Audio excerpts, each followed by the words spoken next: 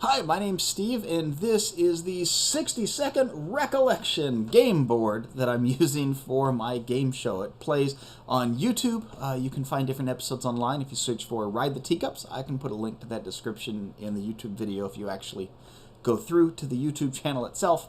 But I wanted to show the technology for how this is all working here. So the 60-second Recollection is a React project. Let's get in under the hood and see what all it's doing. So just the game board itself is very simple. It's all just pure React. There's nothing else going on. Some things may not line up quite right because it's designed to be run in full screen mode. But before I do that, I have to click my hidden button up here to open up the React portal window. So this is using React portals. This is a separate browser window completely detached from the other window itself. I can take it all the way off the screen onto a different screen if I want to, which is what I actually do live. But now that I've got it here, let me go back and make this a full screen display and raise it up. But now that I've done that, I'll put this back on top. So whoever that I have playing, I can just throw in a name. Let's say it's Bob. It will know to capitalize my name conveniently enough. You can see I've got a lowercase b in the name, but it capitalized it for me. Just a very, very basic CSS trick to text transform that away, so I can just type very, very quickly. And this is basically my remote control that I have here. Several different things are not possible to do. I can't add points and remove points or anything because the game is actually not started yet. I could, if you bear with me, toggle my music.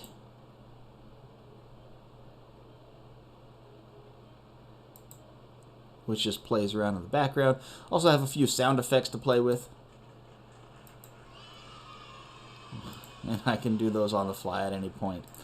If it's too loud, I can lower it. I always take a sound check and make sure to do my levels before the game itself starts. So when I actually have everything here, I can fill up my timer, which is going to have the timer update to 60 seconds with a sound effect. And that's all completely just regular JavaScript, CSS, HTML, React code. There's nothing special going on in the background. The only video that's showing is just the background video where these different panels just have different things faded in and out. And then the lights are chasing. I could have done that as regular React elements with things appearing and disappearing, but I just made the video for it to loop in the background. This is only ever going to be run locally, so no need for worrying about bandwidth efficiency for the purpose of this project. When we're actually playing, of course, and not chatting, you'll want to see the score, so I can show the score. You can see it's changed to hide score. I can't fill the timer anymore because it's already full, so I can hide the score also. And now that the timer is up, the score is visible, I can now start the game. I couldn't start the game before. Now I can, and then when we actually start, see the timer is going down. That's a basic set timeout.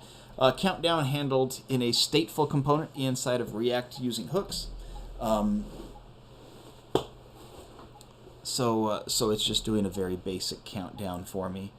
Handling a few things automatically in the background. Based on the countdown, you can see the timer is actually decreasing. Again, this is just a CSS div with some border radius on the side and a shadow, a box shadow, going across. So nothing terribly exciting. I can add points and remove them, because everybody likes seeing the the counter display of a React project, right? That's the first one everybody does.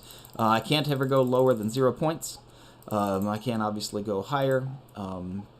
Another fun thing, just I'm going to the buttons. If I wanted Bob to take up much more space, I could make it much larger or smaller, just to make sure that I'm going through what everybody can see. So here are my timers. My timer's run out. You may have heard a little kid laugh in the background because I only got 2 points. I'll automatically do the sound effect for a kid kind of laughing or crying if you have a very low score. Some basic applause if it's a medium score, and if it's over 10, you'll have everybody kind of cheering pretty loudly and a little crazy to automatically handle that. And of course, I can add some in the background as we go also.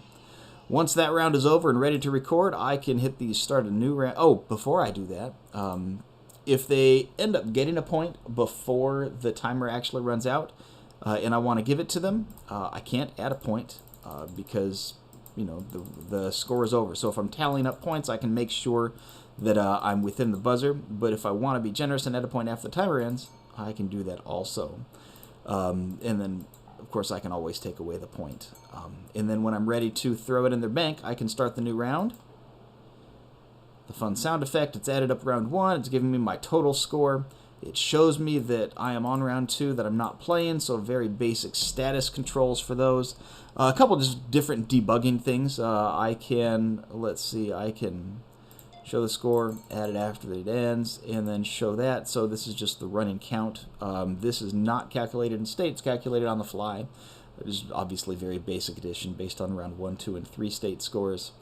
Nothing terribly complex there, but the best applications are generally not terribly complex, right? They are very easy to maintain, and they end up being more than the sum of their parts, which is kind of what we see here done really well.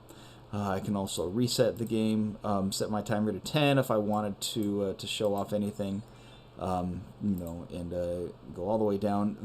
You can see the little hand that's going back and forth here too, and spinning in the background. So that's actually fully CSS as well. That little hand is not the hand of a clock. It's actually a pipe character that you have on your keyboard. I've just made it very large, centered it correctly, made sure that the line height was appropriate to spin it around the circle, and then it actually just spins based off of off of how many seconds are left. So that's actually pure CSS as well. So the time clock, totally CSS based off of the set countdown. And then I can just totally blow up the game and then bring in the next contestant without even having to refresh the page at all. Put in the next name for whatever it is that you want. Lots of fun building this. You can actually see with the magic of OBS, I end up adding their Zoom video up here, adding my video up here, putting a logo down here. That's all done through OBS. But the React project itself is just everything you see here. And then if I accidentally, I can toggle it as well. Just in case I accidentally close it, I want to get it back. So it's worked out very well. The game has been very successful. I hope this is a great look behind the scenes for you. Thanks for watching. We'll see you later.